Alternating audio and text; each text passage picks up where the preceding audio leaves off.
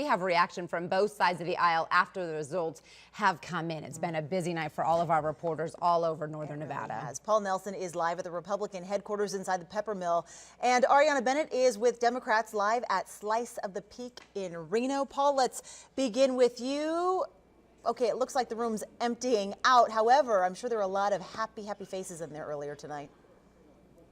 Yeah, it was all smiles here tonight, Wendy and Chris. And if you look behind me, like you said, a lot of people have gone home, but there's still quite a few people that are mingling around. The atmosphere here, a far cry from what it was just 2 years ago when the Democrats ran away with the election. But it's a different story this year. 2 years ago, this room is almost empty this time, and so tonight we're all happy, we're celebrating, and we're very happy that we're doing as well as we are.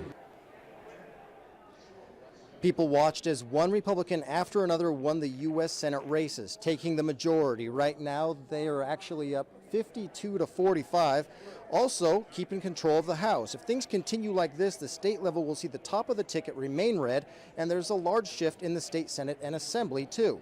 It looks like the Senate could win the majority, and the Assembly will likely pick up some more seats. Overall, a great night for the GOP. State leaders say there's a good reason for this momentum.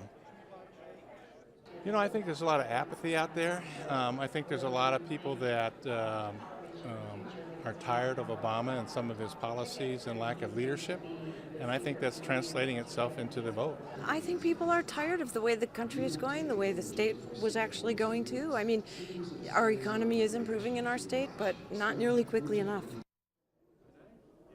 Now, of the people that we talked to tonight, all of them said that they expect to go down to Carson City and make some pretty big changes and try to fund education a little bit better this next time around. Also, if things continue, the Republicans are hopeful that they can pick up both the Senate and the Assembly, and that'd be the first time in 30 years that's happened. Covering Campaign 2014 live, Paul Nelson, Channel 2 News.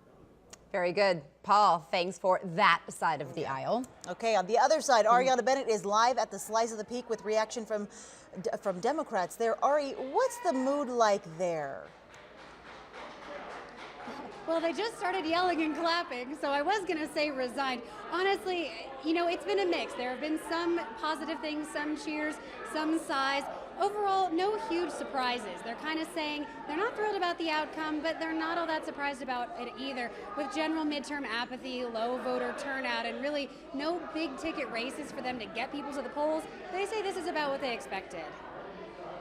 The pendulum swings. It swings our way, it swings the other way, and it swings back.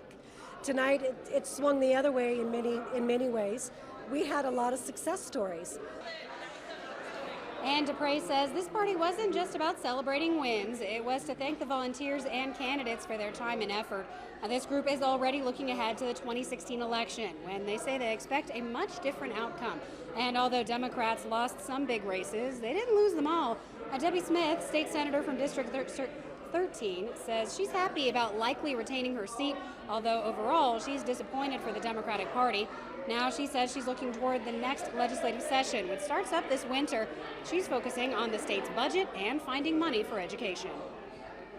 We are still balancing our budget in this state by taking money from one place and moving it to another. Then we need to stop doing that and really face our infrastructure and deal with it.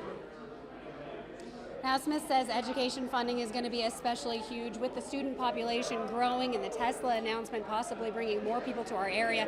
Schools already overcrowded. So she says that's going to be one of the top issues that they're going to try to tackle in this legislative session. Covering Campaign 2014 live, Ariana Bennett, Channel 2 News. All right, Ari, thank you for that part of our coverage.